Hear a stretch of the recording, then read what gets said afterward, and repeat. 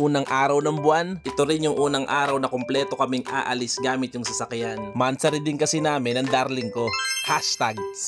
At dito na nga kami napadpad sa kapihan sa Gentry. Buti na lang kahit biglaan nakasama tong si Bestie. Bestie. So ayun na nga, pumasok na kami para tignan kung ano ang pwedeng orderin. Sabi ko yun sa akin, buko juice tsaka kakanin.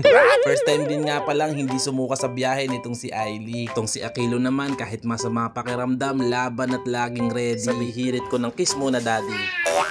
Kakabait yun. Habang pumipili, tinanong na rin namin siya kung ano ang bestseller nila. Tapos yung pinili ko, yung wala silang tinda. O diba, ang bait din. Humanap na nga kami ng pwede naming pwestuhan. Doon sana kami sa rooftop, kaya lang medyo basa kasi umulan. At buti na lang, yung panahon na ay nakisama. Tamang nood ng mukbang tong isa habang si Ailey kung ano-ano na ang kinukwento dito sa ninong niya.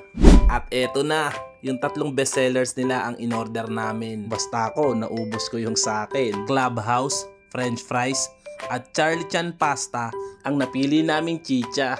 Talaga namang iba ang siglang hatid ng pagkain kay Akilo. Kahit masama yung pakiramdam, talaga namang napasayaw ng todo. At ngayon nuhusgahan na namin kung talagang sulit ba sa presyo. Ang ganda pa naman ng pwesto namin dito, al fresco. At ibang klase talaga tong si Akilo, binabalasa yung otap. Di ko malaman kung sumobra to sa charge o lobat.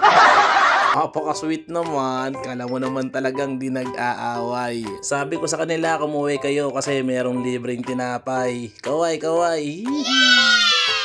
Tapos na kaming kumain yan, nagkukwentuhan na lang at yung isa ayaw pa rin magpaawat. Nagagalit pa yan kasi gusto niya pag umiinom siya yung hahawa. At sa wakas tumayo na, hudyat na kami papauwi na. May pasok pa kasi tong isa. Isang sulit at nakakapagod na araw na naman ang pinagsaluhan naming lahat. Biglaan, walang plano, pero may ganap.